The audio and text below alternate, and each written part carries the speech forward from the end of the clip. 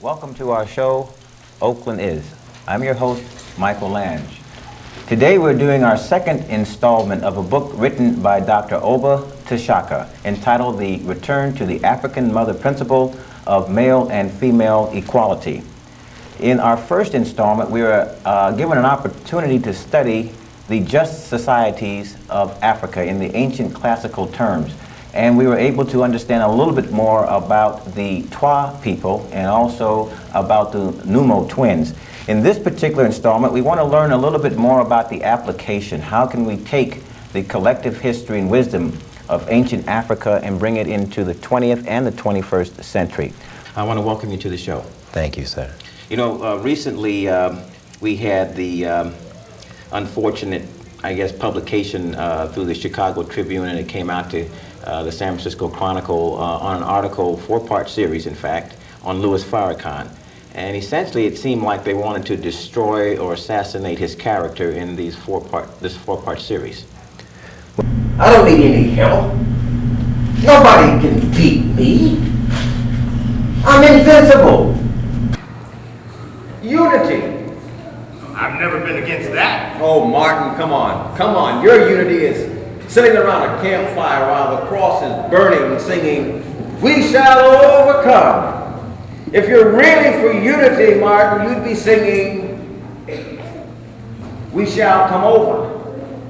Every time there's an injustice, we shall come over. Every time there's a black woman being frightened by a white face behind a white hood, we shall come over, and here we will stand until black people feel safe again. We also sang, "Ain't gonna let nobody turn us around." Well, it doesn't matter what the song was. Nobody ever got their freedom by singing. All right, listen up! We don't need that guitar playing sitting around the shack music today, CJ. I want all of you men out of them baseball uniforms and into work clothes. You will all report to me at 1300 hours in front of the Officers Club. We have a work detail. We're painting the lobby of the club. Officers can't paint their own club, sir. Hell no, Smalls. Let the great colored cleanup crew do it. You know, anything you don't want to do, the color crew will do for you. Anything you don't want to do, the color crew will do for you. Anything you don't want to do, the color crew will do for you. When do we get arrested? We just played 9 innings of baseball, Sarge. We can't even go in the place. Why the hell should we paint it? I ain't man, brother. Let me tell you, fancy ass, ball playing Negroes, son.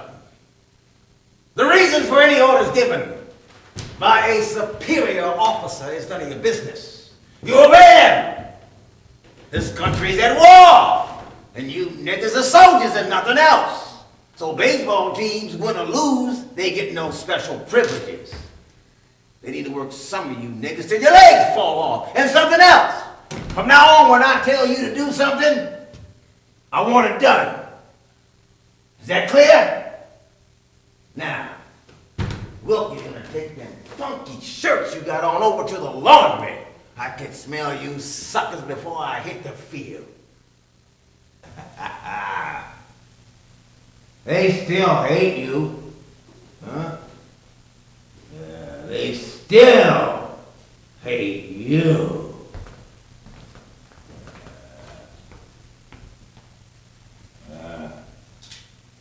They still hate you!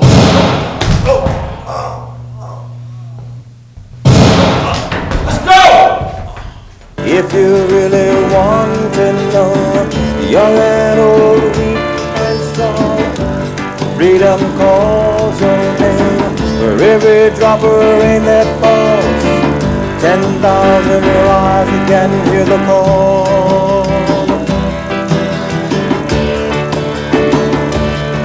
Hear the call.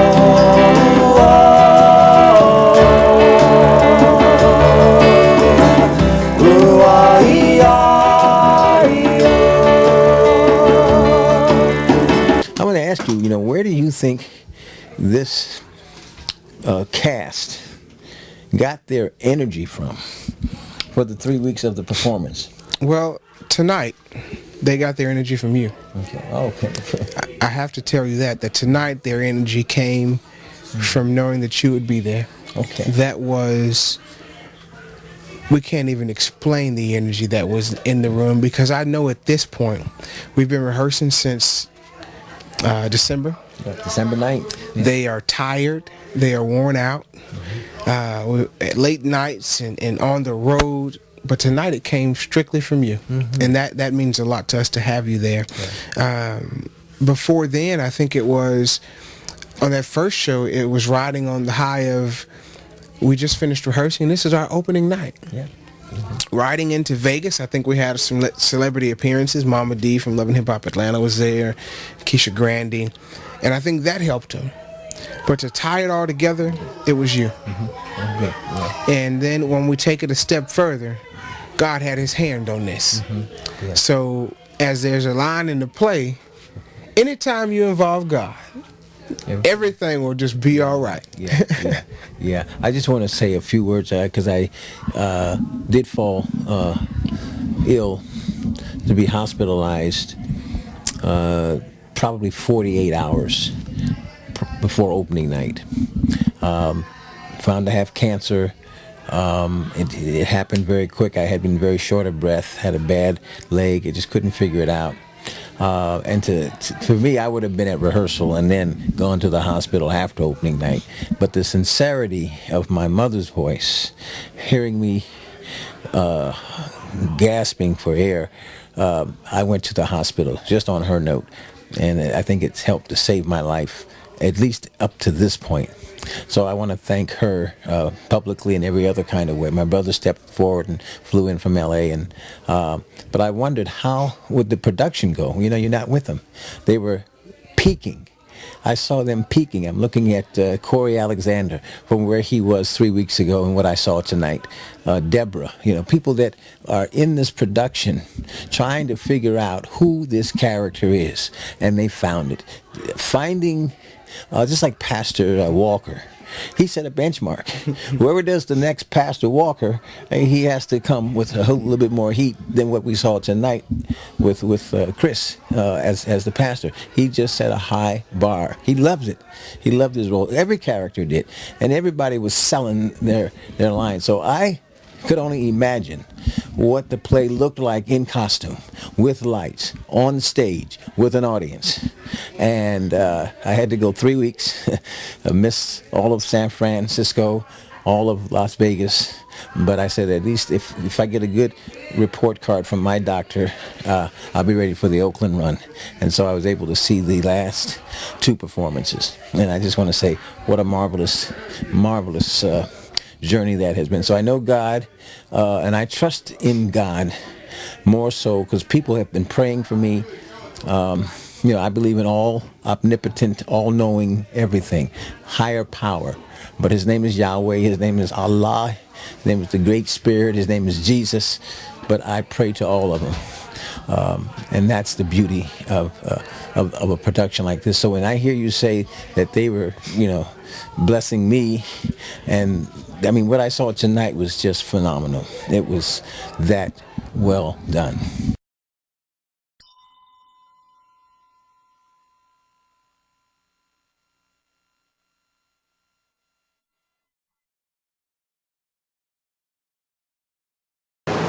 I think this is so appropriate.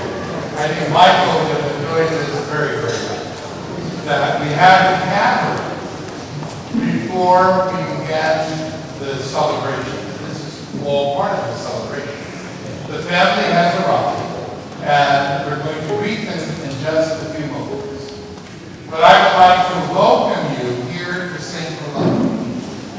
This is the Cathedral of Northover.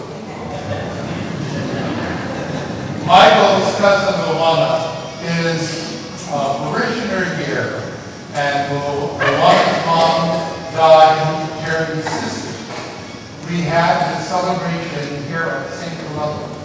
So when we were looking at different venues and what would be available today, Father Aidan said that today would be available.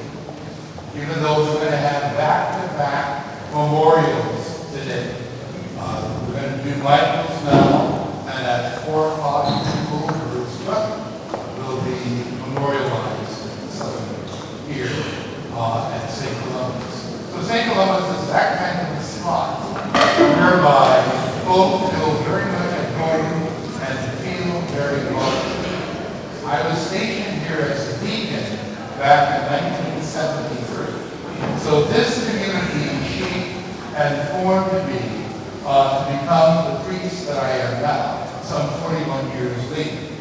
And so I feel so much at home when I come back to St. Columbus. So on behalf of Father Aidan and the parish community, we want very much to welcome each and every one of you, all of you as family, as friends, and as colleagues of Michael through the year. So I'm going to invite you to please stand as we welcome Charity and her family this afternoon.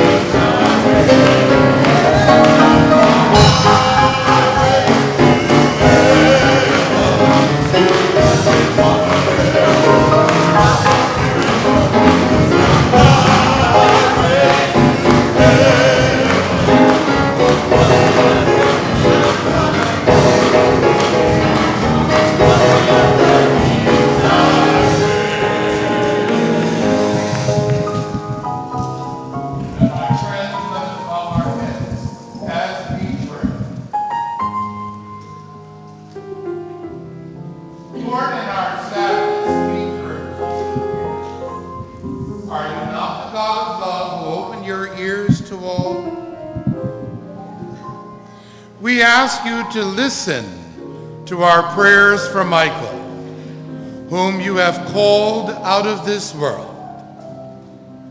Lead him to your kingdom of light, happiness, and peace, and count him among your saints in glory. And we ask this through Christ our Lord. Amen. And my friends, please be seated.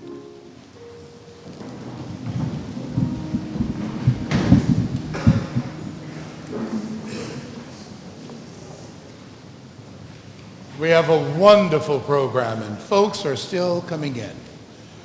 We didn't realize that when planning for today that the folk in this neighborhood would have a street fair. And when I was coming down Alcatraz Avenue, I almost lost my religion.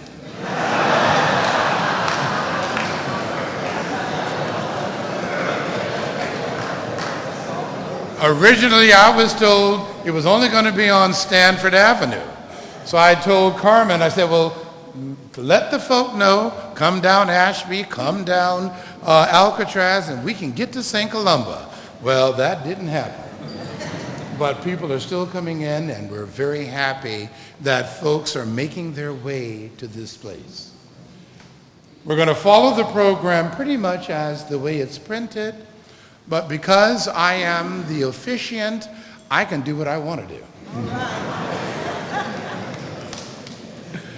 First, I would like to have the congressional resolution from the representative of Congresswoman Barbara Lee's office.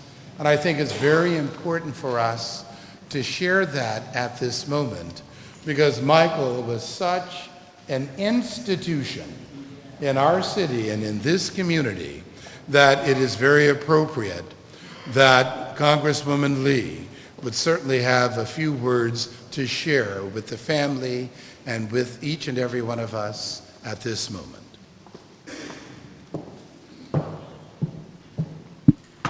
Good afternoon.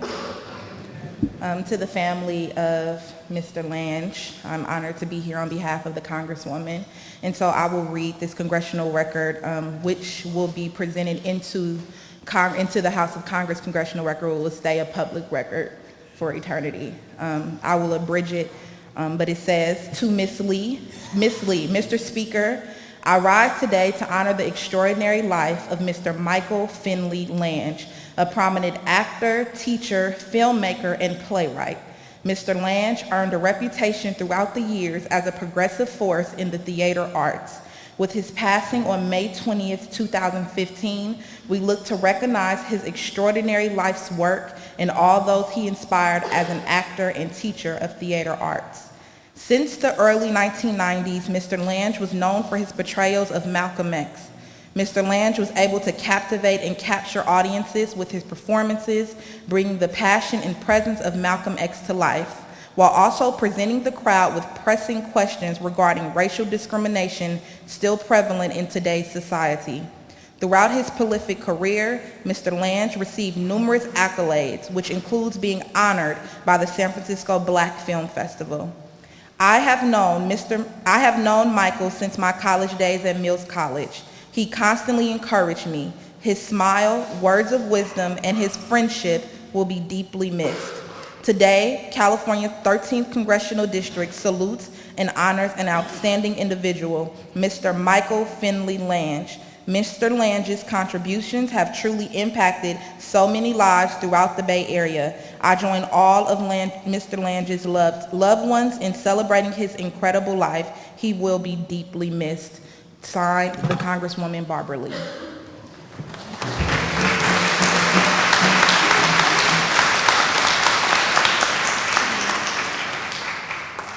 And what an honor that is to be put into the congressional record.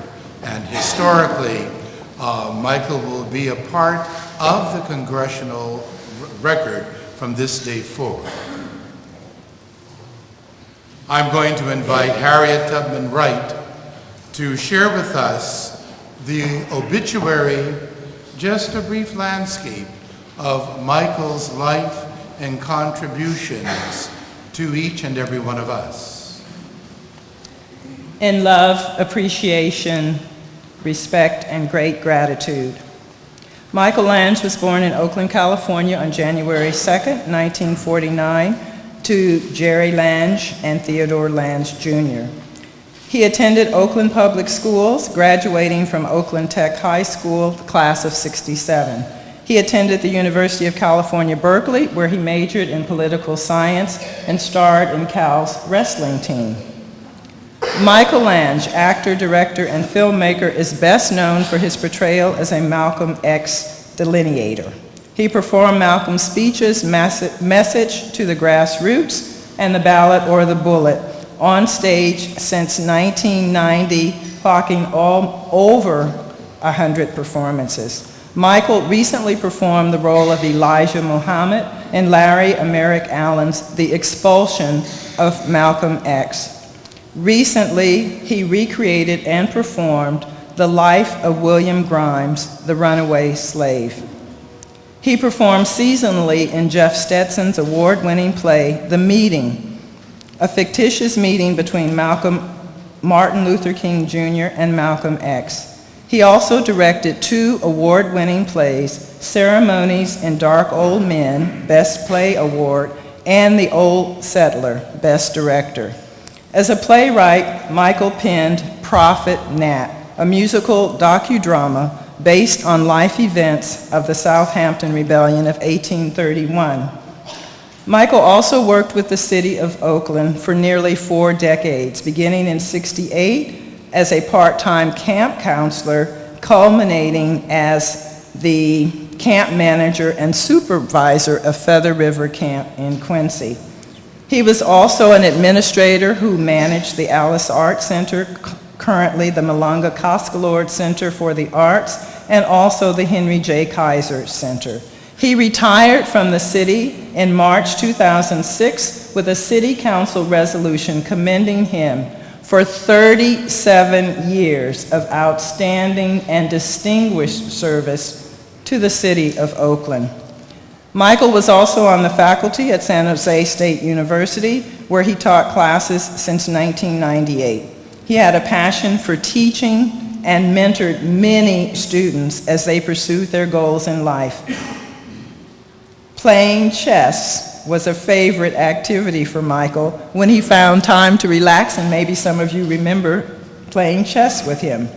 Between stage productions, he occasionally enjoyed a game of billiards with friends. Michael will be dearly missed and leaves to cherish his life and legacy his mother, Jerry Lange, brother Ted Lange III, brother James Cowan, sister Jonna Lange, niece Alicia Lange, nephews Theodore Lange IV and Turner Lange, cousin Stanley Bossier and Paul and Wayne Wilson, and Miss Fauna Simon, cousins Luana, Michelle, and Leslie Striplin. He also leaves many devoted friends who will forever salute his life. Michael was predeceased by his father, Theodore Lange Jr., a brother, Gregory Lange, grandparents, Theodore and Deola Lange, grandparents, Turner and Laura Wilson, Aunt Lorraine Bossier, Uncle Stan Wilson, Aunt Phyllis Anderson, cousins Frank, Carl, Jean, Louis Bossier, cousins Miss Randy Wilson, and Lawrence and Stephen Striplin. Again, in love, appreciation, and gratitude, our brother, our friend, Michael Lange.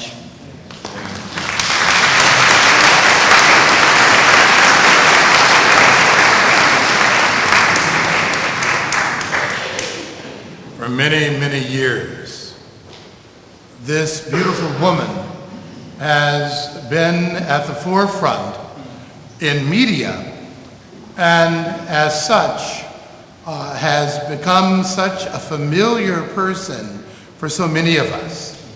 And we know her as Jerry Lange, but as my mother would have called her, Jebby. And so we're going to have Jerry come forward and to share with us A Mother Remembers.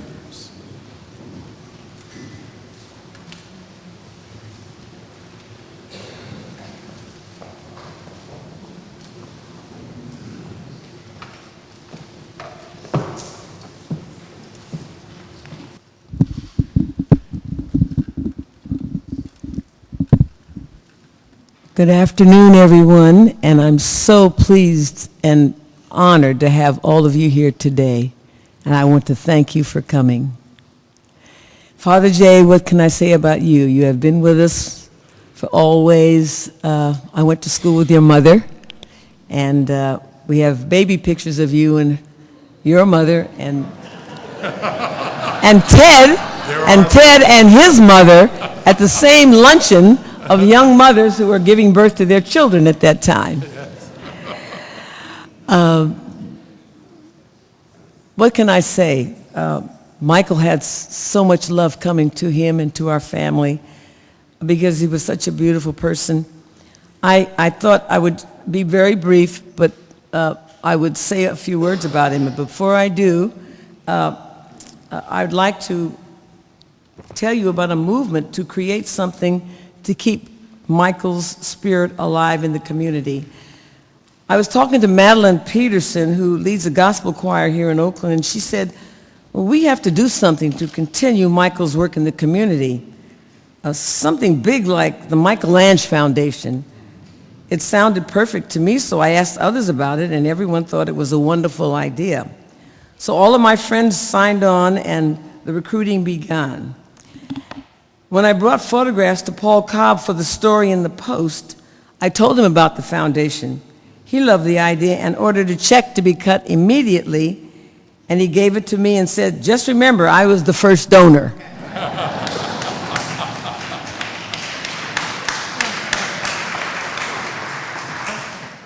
If anyone here is interested in joining the Michael Lange Foundation, please sign in on the book as you leave and include your contact information, and we will be in touch with you. I must say most of the people already on board are his Alpha Phi Alpha fraternity brothers, so many of whom are here today.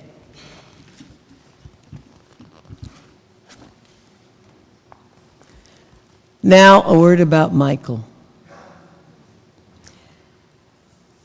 When they first came to me and placed Michael in my arms after his birth, he looked so peaceful, so quiet. I thought he looked just like an angel. Little did I know that's who he really was. From that day forward, I never heard him cry. I'm sure he did, but I just don't remember it. He was a child that never gave me even a moment of trouble during his time on this earth. He only brought me joy. I named him after Michael the Archangel. And if, as they say, we are all actors on the stage of life, Michael played his role to the hilt. I watched him grow into the beautiful human being he became, bringing love to everyone along the way. Everyone who met Michael loved him immediately. But that's why the family never really called this gathering a funeral, but a celebration of a life well lived. He has returned from whence he came and joined the mighty task of helping all of us make the same journey safely back home. Thank you.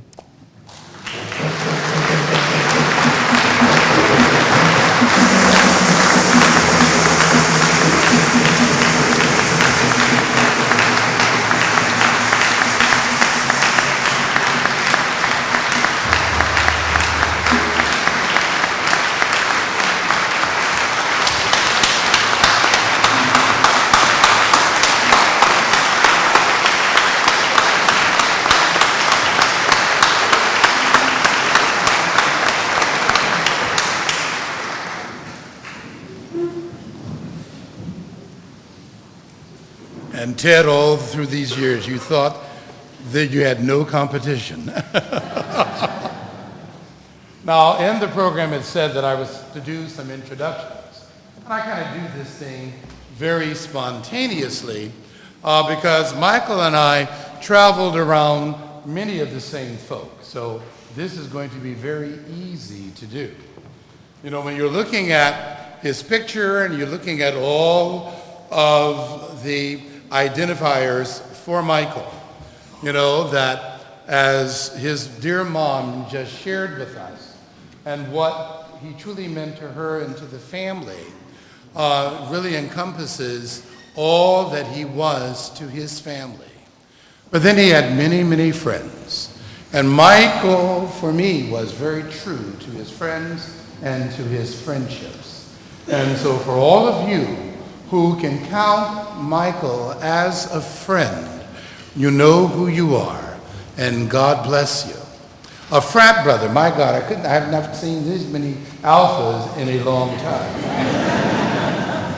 But they've come out in full force because of what Michael meant to them and what they mean to Michael throughout the years. Michael was very proud of his fraternity. And being proud of that fraternity, they've come to say thank you, Michael, for being a good frat brother.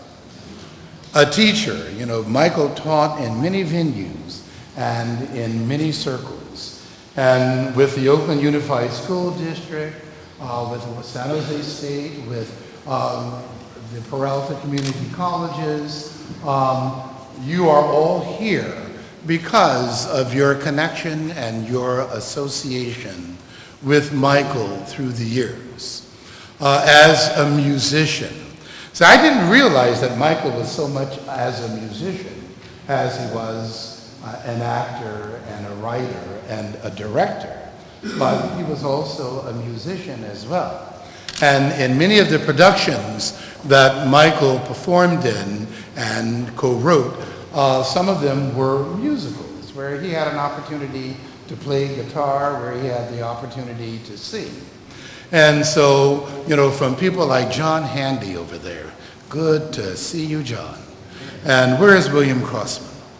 You know, William, where is William? He's here somewhere. And for all of these, and for so many of you who very talented musicians from this Bay Area, Michael was so very much a part of you. And then, of course, as an actor, as a director, and as a writer, I was somewhat engaged in one of the productions of the life of William Grimes, The Runaway Slave. And that production was held at St. Benedict last year. And it was such a treat to have Michael and Regina do what they did in that production. And I remember that so fondly and so well. Mentor and soulmate.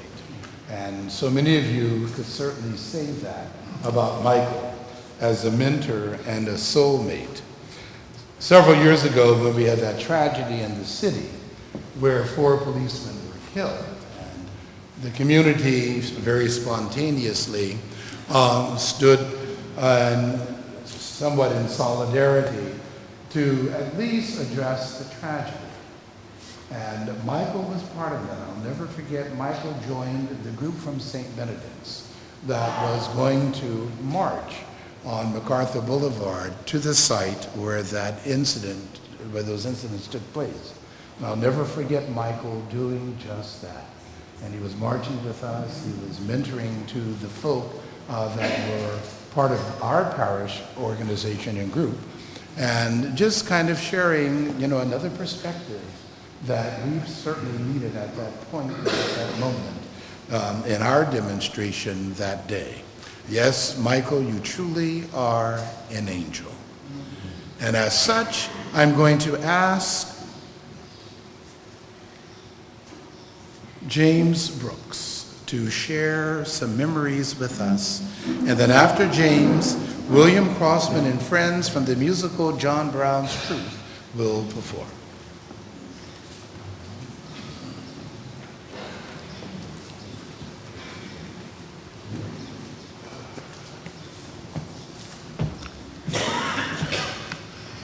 Good afternoon.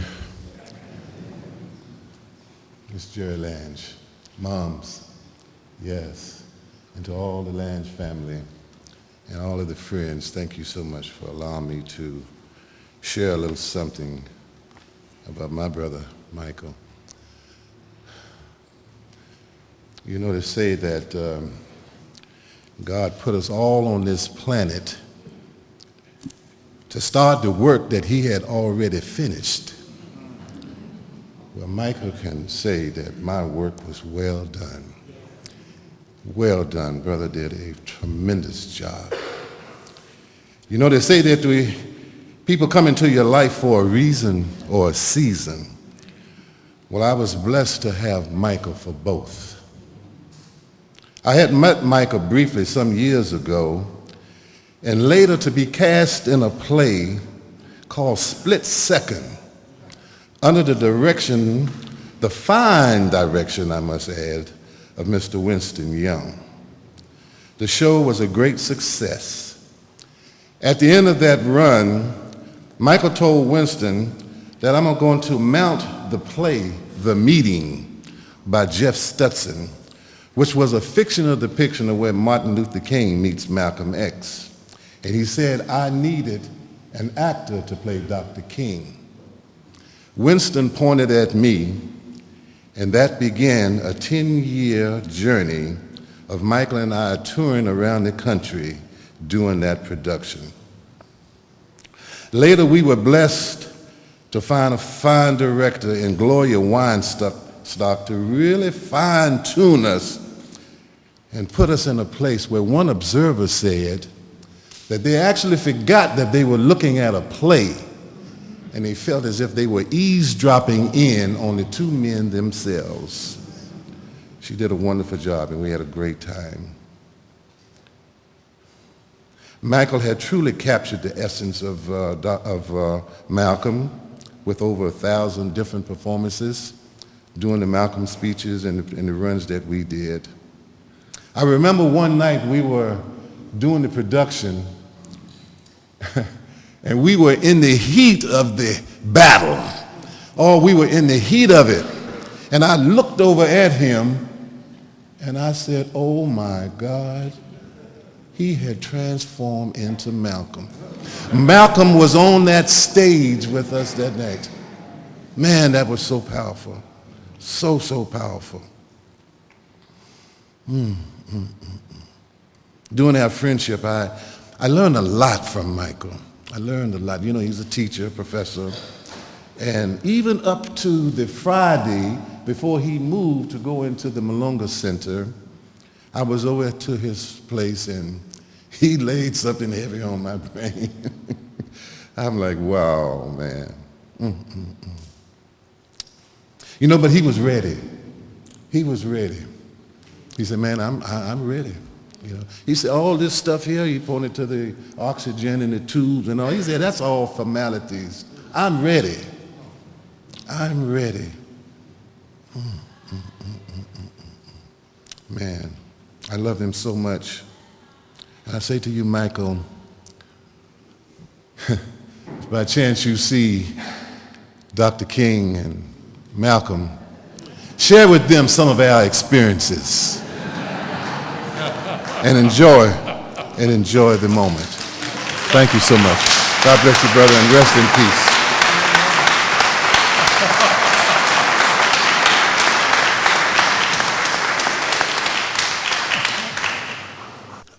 We are honored to be able to celebrate the life of Michael with music. Michael was the guiding light director of our John Brown's Truth musical, which was performed all over the Bay Area for several years recently. And we have here our members of our cast and the instrumentalists. I'd just like to introduce them very quickly. On vocals, Sarita Cannon. Violin, Tarika Lewis. On saxophone, Cheryl Schwartz. Bass, Henry Mobley. Percussion, Akinyele Sadiq. And I'm William Crossman. So we are performing Come Sunday by Duke Ellington, and Duke Ellington was one of the composer and musicians that Michael most loved.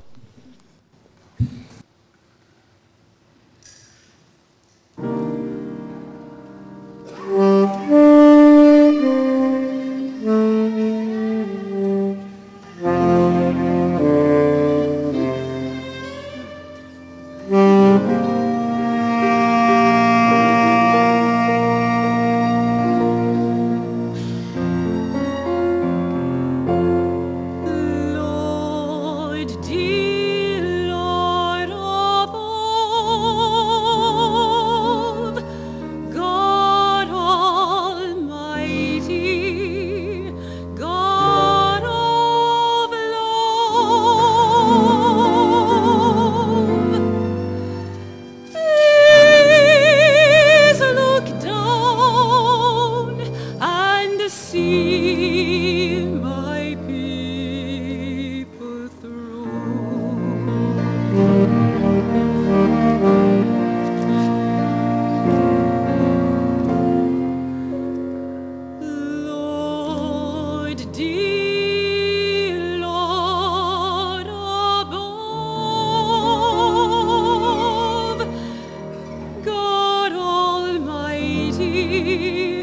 God of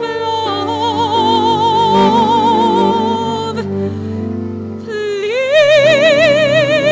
look down and see my people through.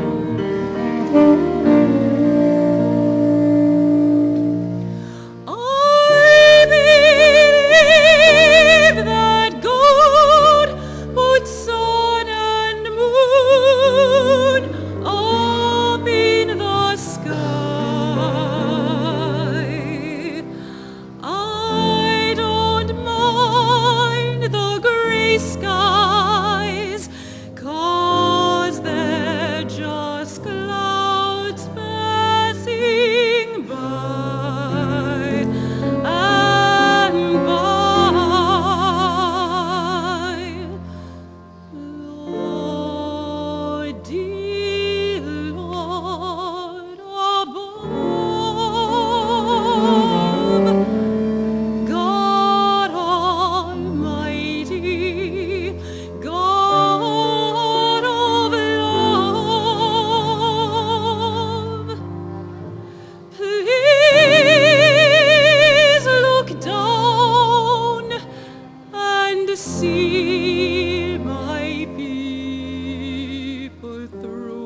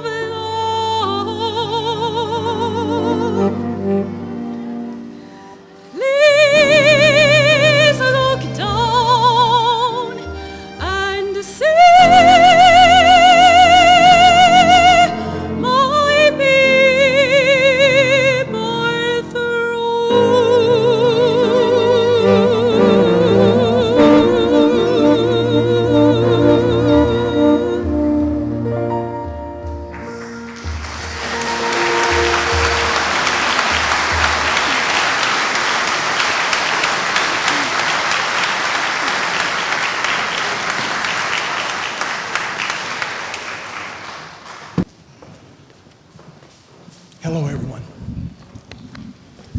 I've been asked by the family to read a few pieces before I make my remarks, so please bear with me. The first is by Raymond Nat Turner. I am so honored to be able to read a poem by a descendant of Nat Turner. The quizzical look, the small gesture you taught me, made all the difference in the world, made John Brown's truth better, like the ballot or the bullet. Made the Million Worker March fundraiser during 04's election charade better, like what to the slave is the 4th of July. Made our Frederick Douglass Day alternative 4th of July celebrations better. For these reasons and more, I want to be like Mike.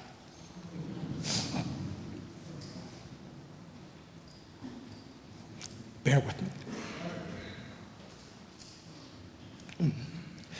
Practicing spiritual Aikido, becoming buffed, lifting others up, bodybuilding, building big, warm, welcoming tents on towering plateaus of prosperity.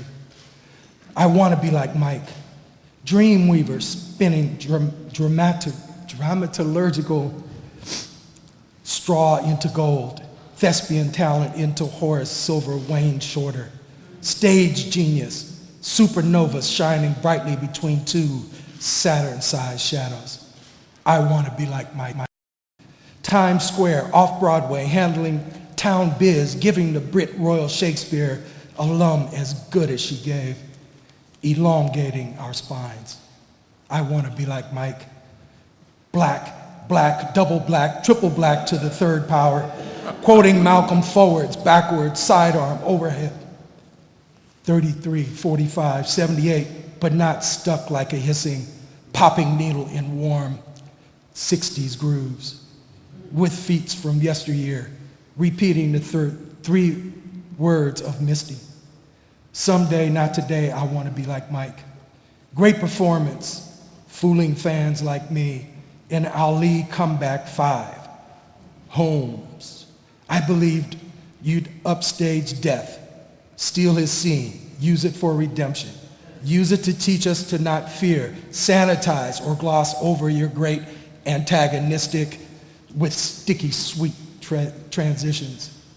Crossovers like famous lines of a lion in classic script. None of us, your adoring fans, really know where you go after this show. All we know is that you are answering our curtain call, bowing, basking, bowing in blinding light of tear-refracted love, solemn standing ovations, sustained applause.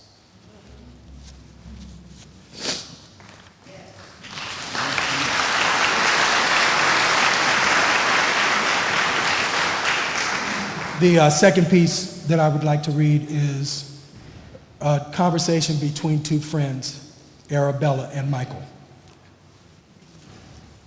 After church on Sunday, I'm realizing that God is in us, and trying to prove or disprove his existence through empirical methods is not where God is. He is in the rainbow, the beauty of nature, the forces of wind, rain, sunshine, night and day. All of these things and so much more. Thanks for sharing, Michael. The evidence is obvious. God is everywhere. Man's ego obscures reality and denigrates nature. I too marvel at the intricacies of leaves, petals, rain, clouds, rainbows, the ocean, life in all of its manifestations. God's creations are beyond belief. Love, Arabella. The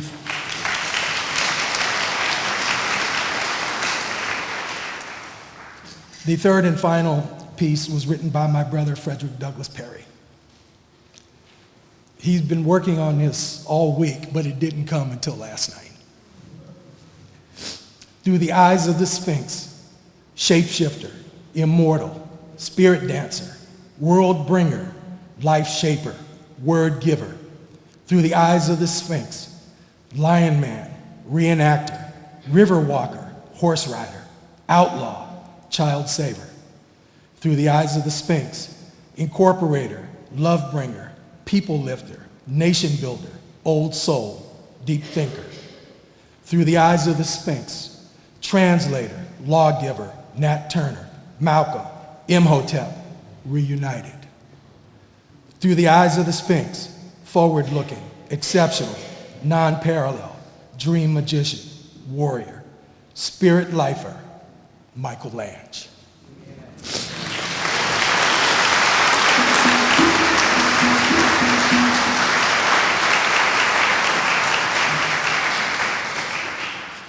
My tribute to Michael Finley Lange, a conversation between two friends. Come on, brother. Get me through this.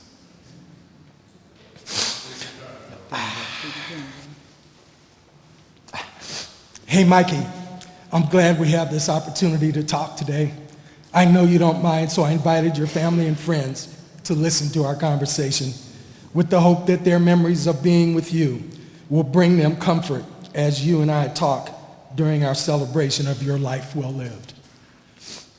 Remember our last conversation a few weeks ago? Well, I arrived on May 20th as promised. I'm really sorry to have missed you, my brother. I got into town at 4:25. And as soon as I turned on my phone to call my brother Fred to let him know I had landed, a message came in from Ikoya that you had already made your transition into your eternal afterlife at 12:06 p.m. Really? You even picked your own time of death? Every Alpha knows the significance of 12:06 as the founding of our fraternity in December 1906. Well, Fred and I went straight to your place, and we were met by Jimmy and Cedric, who were packing your belongings, and they directed us to your mom's home. And I'm so glad they did. Your mom greeted us with loving arms, and she immediately made it clear that we would be celebrating a life as a life well lived. She unselfishly shared with us some very private memories of your final days and moments, all of which brought me great comfort, a typical Lange spirit. Bringing comfort to others, no matter how much personal suffering there might be in that moment. In fact, your mom told me that a few days before you lost your voice, marking the beginning of your transition, she was flabbergasted that you were lying on your couch, counseling someone who needed your help. That is so you, giving of yourself unselfishly no matter what is going on with you. That evening, more than 50 people came to your mom's home to begin celebrating your life well lived. It was an amazing impromptu gathering of friends and family to salute you, my brother, for the incredible life you lived. Mikey, I'm really sorry you were in so much pain during the last months of your life, but I know you are now at peace as you entered Omega chapter of Alpha Phi Alpha fraternity and the gates of heaven. In the last week, one of the things that I realized is that although we generally talk about people having 6 degrees of separation, in your case, it's about 2. I am very thankful for Jerry Clay, who saw you in January shortly after you went to the doctor and learned of your cancer. And then he called me to let me know. As you know, Jerry and I go back to elementary school in Altadena, and I find it incredibly ironic that he was the one to let me know. Jerry was also one of the last people to see you before your transition. How crazy is that? When I was here in March, we talked about the magnificent impact you had on so many people. We counted tens of thousands of people, an incredible feat for anyone. Yet you pulled it off with such grace and humility, and by working with relatively small groups of people. Today you can see for yourself just how many people are here to celebrate your life well lived, because you touched them in some meaningful way. I am so glad that you were strong enough at the time to get out so that we were able to have lunch with Charlie and Jill, and then again to have lunch with Dale and Carl. They all wanted you to know how thankful they are for having a chance to spend time with you once more in this physical realm. You know, Mikey, all sorts of wonderful things have happened since your transition. Your likeness has been included on the wall of heroes across from where you last lived. People are talking about naming a street in your honor and placing your name on a building. Your mom made a public announcement that a foundation to perpetuate your life's work will be created. But most importantly, many old friendships have been rekindled and new ones have been made because of you. Who would have thought that a chance meeting at the Laney College Quad in 1972 would lead to a lifetime of friendship, not only for ourselves, but for our families as well. Remember Thanksgiving and Christmas feasts at my mom's home and the New Year parties at your mom's? After meeting you in the quad at Laney, little did I know that when I came to Oakland Technical High School as a football coach in 1973, that we would meet again to begin a lifetime of brotherhood and social change projects. Tech became the place where our consulting skills were really tested for the first time. Remember, there were problems between the teachers and students, and we designed a change strategy that gave a voice to students and forced the teachers to listen to their concerns. Dave's restaurant across the street from Tech became our meeting space, and we lived on their 5-star special. Dave's was where all of our consulting, frat, and artistic activities were born. I recall us talking about a fictitious meeting between Malcolm and Martin long before you put pen to paper. I remember us talking about someday you're writing a play about Nat Turner. Remember? We met there before going to San Jose State for frat parties, and then later to design the projects that took us to San Jose State University to work with Charlie and his students during a weekend retreat, and then later to again be with Charlie in support of Parks and Recreation in Watsonville. We designed our consulting project with Oakland Parks and Rec at Dave's, and I remember when the director, Hal Jorgensen, asked me to read his profile. I was so relieved when he smiled to let me know that I got it right. Who knew that 30 years later we would both be working at San Jose State in the Department of Recreation and Leisure Studies? For Charles and later Jill, we worked with Linda, Susie, BJ, Yen, and others to teach the Creating a Meaningful Life course, which became the largest course taught at San Jose State. We had so many students enrolling that the university limited the number of classes we could teach, as well as the number of students per class. Your 13 years at San Jose State had such a positive impact on you that in your final moments you told me that you wanted a San Jose State t-shirt to wear proudly while walking the streets of Oakland. Jill and I conspired to send you that t-shirt and some other San Jose State memorabilia. We hope you got to see those things before making your transition. What about when we were at Camp Kid? You were the director, I was your assistant director, and my line brother Kenny Harris was one of our camp counselors. Remember when we were a duo during the July 4th talent show? We sang your song Snow and received a standing ovation. And whenever we had our campfires, we sang the songs 500 Miles and Kumbaya. I loved being in the mountains under the stars and working with many kids who were away from home for the first time. You recruited me to pledge Alpha Phi Alpha, and later on behalf of Alpha Phi Alpha, we traveled around the country covering 22 states, 33 cities in 30 days in order to network with black colleges so that we could send students from Tech and other high schools in Oakland to those colleges. If you will recall, we left my mom's house in your blue and white VW van. We were so excited to be on the road in service to the Oakland community and our beloved frat. But before we got out of California, we broke down in the desert in India and had to use most of our money to fix the engine. But we were intent on finishing what we started. Once back on the road, we kept singing our way around the country while listening to James Taylor. Remember our concern while going through Mississippi and Alabama with California license plates? On our way to Alcorn State University in Mississippi, we drove down a narrow country road lined with tall thickets so dense that it made it easy to see how the Klan could do its work without being seen. We traveled to Fisk, the University of Arkansas, and Howard before entering New York at midnight in the middle of the garbage strike. Remember the orange glow on the horizon as we approached the city from the distance and how it reminded us of a sunset? And then how people were walking down the street setting fires to the tall mounds of garbage that lined the streets. On one block, we saw the fire trucks putting out fires, and on the next, the police sitting on stoops while madness existed all around them. It was a scene straight from the movie Escape from New York. We decided to play chess in Riverside Park from midnight until sunrise while we waited for your aunt to awaken. We talked about the time you spent in New York as a child and then realized that we lived just a few blocks from each other during the same time as children living in New York. We broke down again in Des Moines, Iowa. The frat held a picnic for us in order to raise money to get us back home. Remember that once we hit the California border, your van started shaking so violently, and we rode that way all the way back to my mom's home.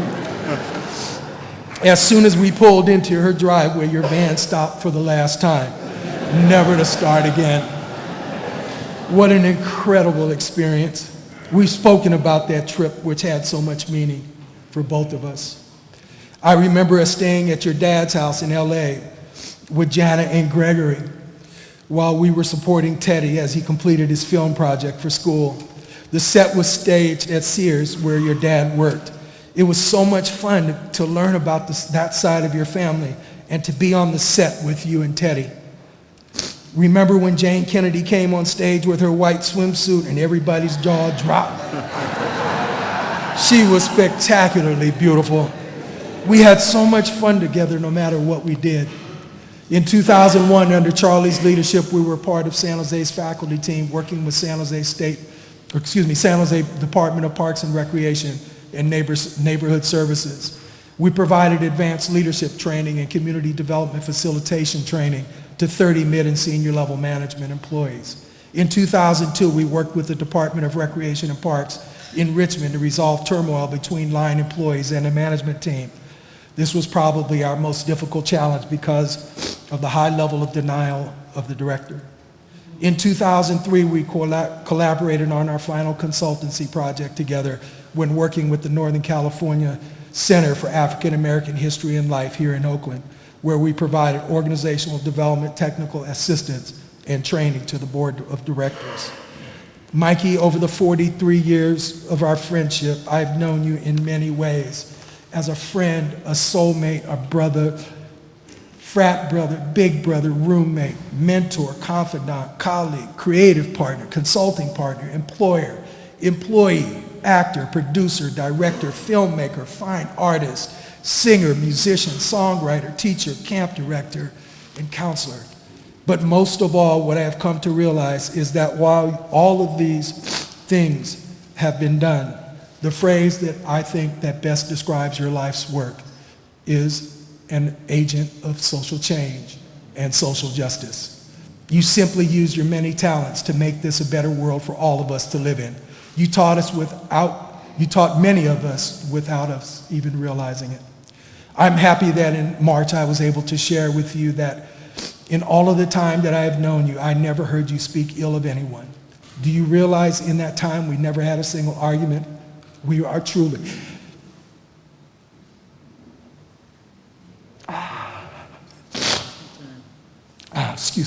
kindred spirits.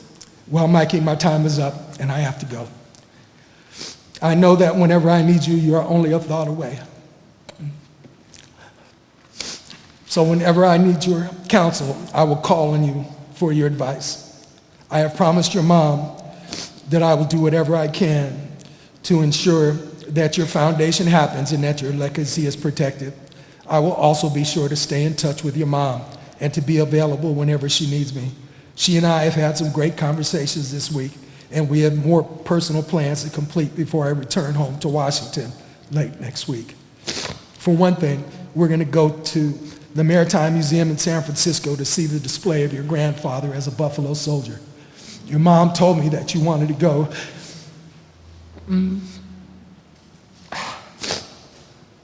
But never made it. I will complete that journey for you. Be well, my brother.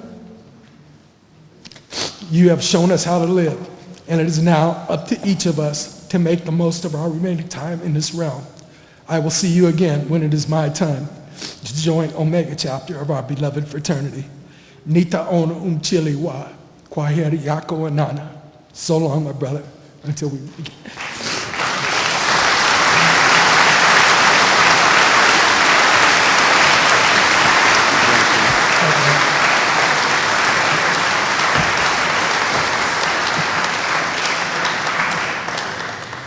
Good afternoon.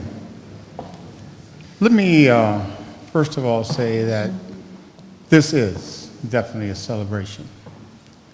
I am filled with sadness, obviously, with the passing of Michael, and having an opportunity to spend an afternoon with him for about 6 hours at a lunch table was one of the most delightful and rewarding experiences I could ever forget. But also, one of the greatest things that happened to me today was to meet his mom. Mrs. Lange, I've heard a lot about you, and I understand why the stock is so pure of the type of child that you brought into this world. Michael has given so much to so many people. It's interesting how Michael reflects back and talks about what San Jose State did for him and how much he enjoyed teaching. One of the greatest hires I had was hiring Michael. Michael and I met on a playground working with children. Obviously, he was at camp, and after we had met, we started associating together, and I knew as a faculty member of San Jose State and a department chair, I had to bring him onto my staff because he gave life to people. There are so many students that have been touched by him. There are so many times that he touched me.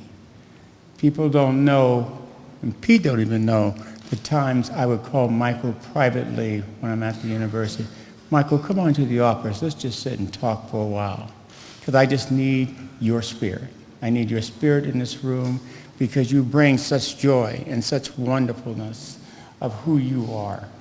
And I see that translated and transmitted to the students that you work with. And Pete was absolutely correct. I've never heard Michael say an ill word about anyone. And we've been friends for a long time. Never heard him say anything ill. Even the time we were having lunch and we were discussing his illness, all he talked about was about joy, talked about change, talked about being a catalyst for change, and will continue.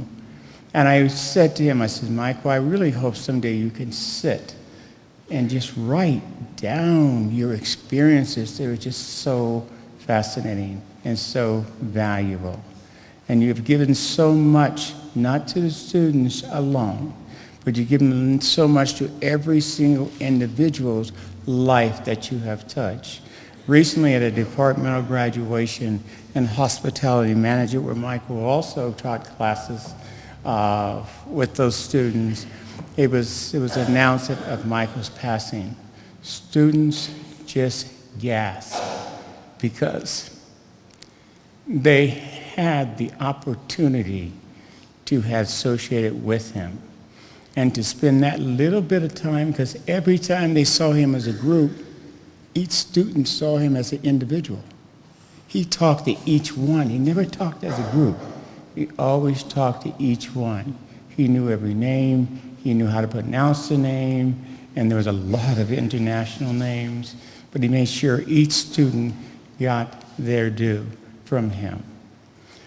Michael will be missed, but his spirit will be in the halls of San Jose State University, and the spirit will also be in Oakland and every city and everywhere he has gone. And as I heard earlier when Michael did the meeting and did it at San Jose State, we packed that music hall, and I'm sure people remember that were there. We packed it.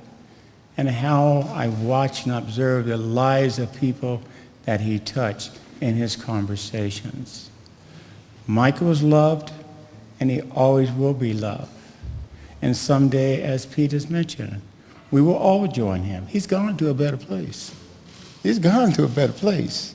And Michael's looking at us as, why are you worried about me? I'm better off than you are right now. You're down there. And he's right. He's right. And someday we will have that meeting with him. Not just with Martin. We'll have that meeting with him as well. And continue our joy and wonderfulness that he have brought us. One additional thing, Michael always used to say to me, Charlie, I said, yeah, do you still got it? I said, what are you talking about? Do you still got it? I said, of course I got it. He says, I made a special trip to make sure you got it. I said, okay. But so, I brought it. Well, that's me.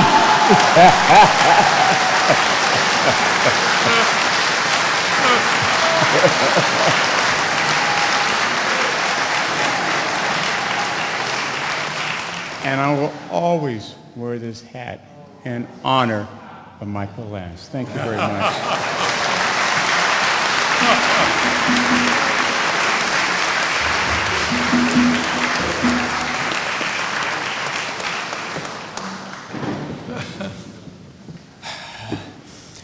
Hello, everybody.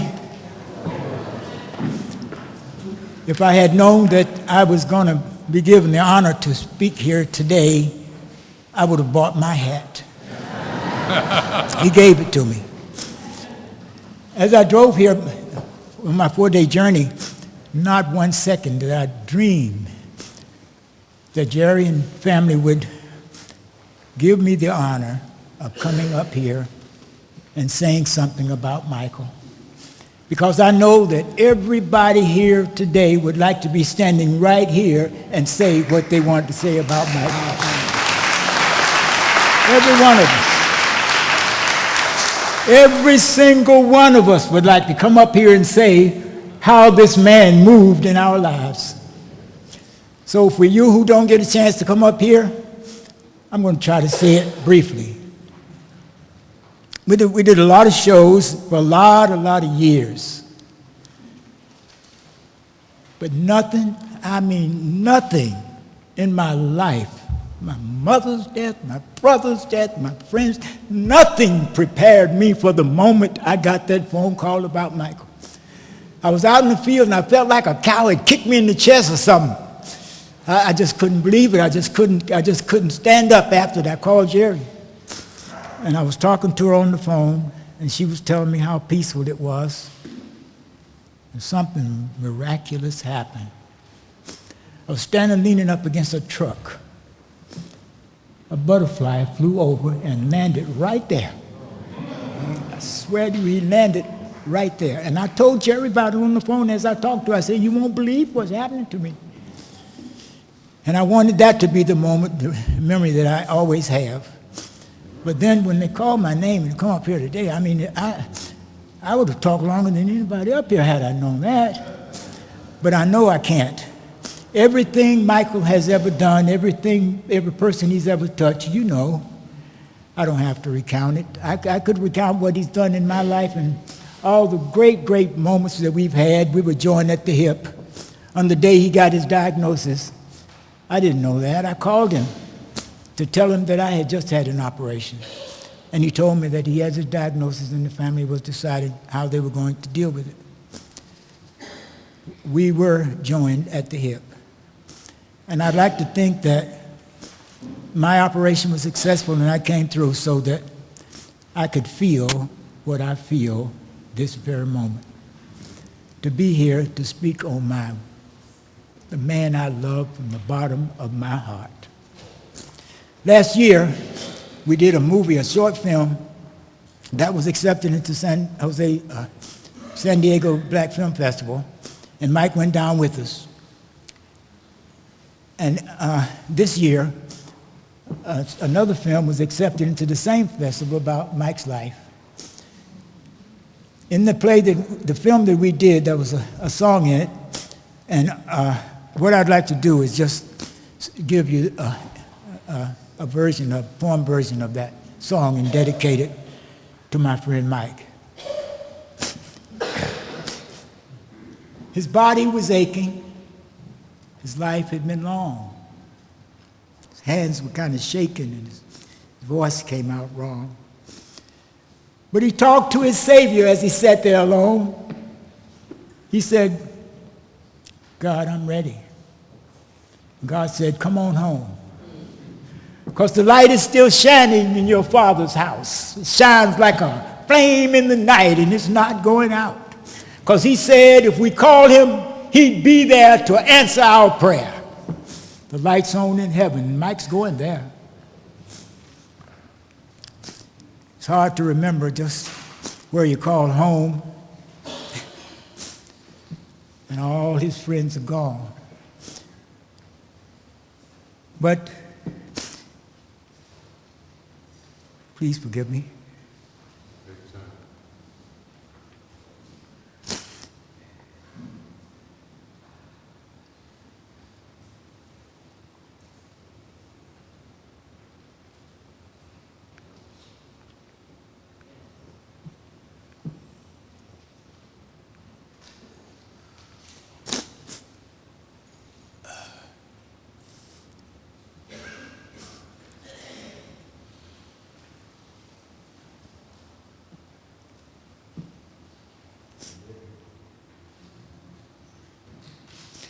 There's no need to worry because God's love is so strong.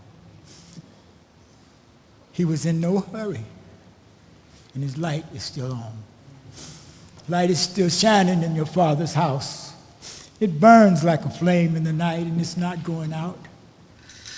Because one day he'll call him.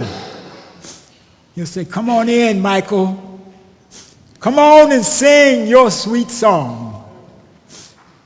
Because you're in my house now, and your light is still on. I thank you so much.